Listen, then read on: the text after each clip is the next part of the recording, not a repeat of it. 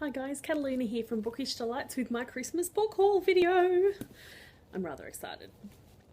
I actually participated in 2 Santa swaps this year. I'd never done that before.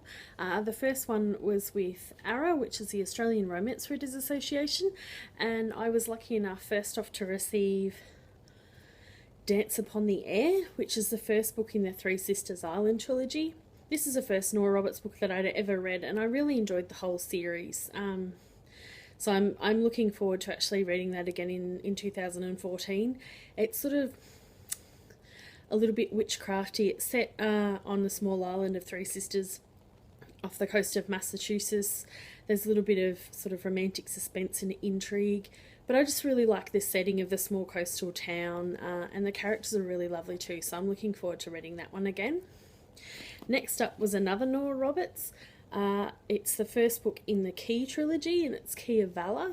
A friend of mine, about the same time that I was reading the Three Sisters Island trilogy, recommended this to me, and it's taken many years, and I'm finally going to read it in 2014.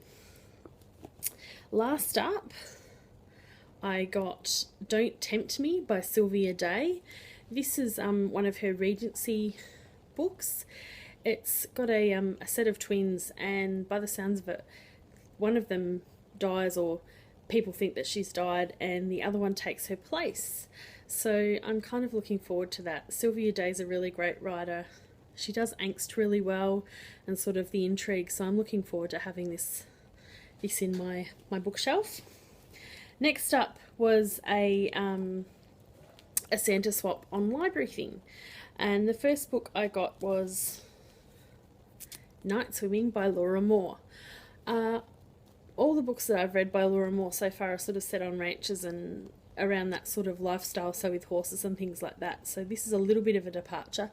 The main girl in this, Lily's a marine biologist, and she leaves her small town a number of years, and for some reason, I'm guessing she's going to save the fishes, she comes back to that small town, and sparks fly, and there's fisticuffs with Sean, who's the mayor of the town, but he was also, I'm guessing, the bane of her existence in high school.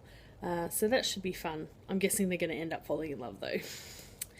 And then next, I was the very happy recipient, crash, of the first 3 books in the Percy Jackson and the Olympian series, which I'm super excited about. I really enjoyed the movies, but I just haven't had a chance to read the books yet.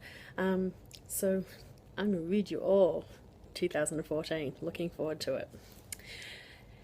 Next up, while I was shopping for other people, I also managed to find some goodies for myself.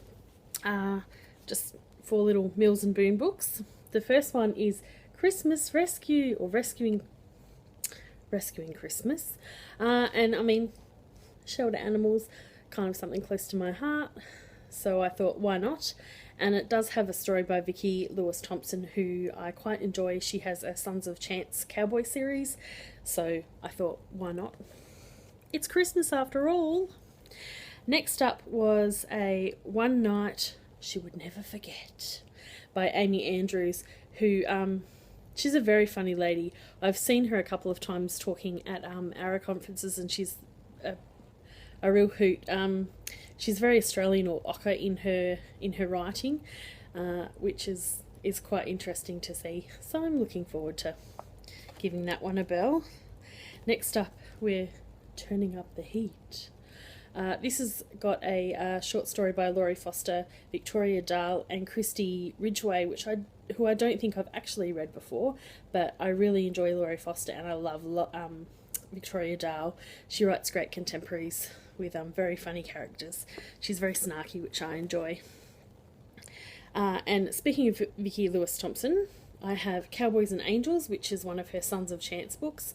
I haven't actually read the other series book, is The Mighty Quinns Decks, but I haven't actually read anything by that author before. But we'll see how we go. I might enjoy both of them. Next up, after Christmas, I managed to take myself off to a bookshop in some of my spare time, and firstly I picked up When Dogs Cry, I should say, Marcus Zusak. Now, he's the author of The Book Thief, which I haven't read, which is terrible of me. It seems like everybody else I know has read it and has really loved it. So I'm hoping, as long with this book, that I'll actually be able to read The Book Thief as well. But I mean, I just like the cover, and it's got the smallest amount of writing on the back for the blurb, but it just managed to grab me. So I'm really looking forward to this one. Next up was Noah Barleywater Runs Away by John Boyne. I don't really know anything at all about this book, but I really enjoyed The Boy in the Striped Pyjamas, which is another one of John Boyne's books, and so I thought I might as well give this one a go.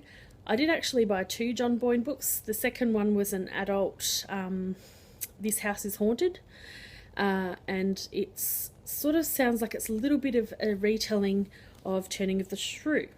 So I am looking forward to reading that one as well, but I've got to wait until March because my cousin found it and stole it and she wanted to read it, so being the good cooch that I am, I lent it to her. Next up is The Financial Lives of Poets by Jess Walter. And basically, I think you can kind of see it, but it's all shiny, and that's why I grabbed it, basically. A lot of the time I pick my books via their cover, and I just saw this one and I was like, I was like Dory. But anyway, this guy, it seems like he's got a really great life, a really good job, secure, and he resigns and sets up his own website. And then I'm guessing, whatever web bubble burst. I was in school and I wasn't paying attention. Anyway, he loses all his money and he's got to find a way to support his family, pay his mortgage, so he starts dealing dope. It's supposed to be a little bit funny, and Nick Hornby is telling me that it is super funny. It's the most funniest book he read in the whole year. So we'll give that one a go as well. Next up, talking about beautiful covers, I saw this copy of Selected Poems by Percy Bysshe Shelley, and it's just this gorgeous, gorgeous cornflower blue. I don't know if it really shows up in the video, and it's just got all these beautiful little illustrations and drawings and doodly things on the cover of it. And I mean, I haven't read a lot of his works, but I've enjoyed what I have read, so I am looking forward to this. And, you know, $6.99. How could I say no? Happy I was. Last up from that little adventure was Black Hearts in Battersea by Joan Aiken. This tells the story of Simon, who's determined he's going to go to London, earn his fortune, but for some reason, I'm not really sure why, there's a whole bunch of wolves plaguing London and doing all sorts of bad things, and he gets kidnapped and taken away to sea. And that's about all I know. It's a vintage classic, so it's kind of bad that I don't really know anything about it, but 2014, we'll read that one and I'll find out what happens. Right before I left for Christmas, when I was wrapping presents, I actually was listening to The Little Prince by Antoine de Saint-Exupéry. I've butchered enough French in my life, so I'm going to stop right there. But I didn't realise that it was an illustrated book when I was listening to it, so I mean, it was great listening, and Humphrey Bower narrated it. It was quite good, but I decided to see if I could pick up a copy just so I could have a look at the illustrations, and it's a beautiful little hardback. This came from Matilda's bookshop in the Adelaide Hills. If you're over there in Stirling, it's a beautiful little bookshop. It can be a little expensive at times, but it's just beautiful. You find all sorts of little treasures in there. So I'm actually looking forward to having another read through of this, and can we go fist pump? This is one of the 1001 children's books you should read before you should die. People don't really necessarily want to die. But anyway, I finished another one, so I'm super happy about that, because at the rate that I'm going, I'm never going to be allowed to die before I finish all these books. And then I also saw, when I was paying for the Little Prince, Hide and Seek Adelaide, which is a tiny little book of all these little hidden places in Adelaide that you should visit that people don't necessarily know about. So I thought that'd be great to I'll have a little look next time I visit Adelaide, hit the streets and discover some places that I've never been before. So that was my Christmas book haul. I think I did pretty well. I actually thought that I was going to grab a bit more, but I didn't get to visit Dymocks while I was in town.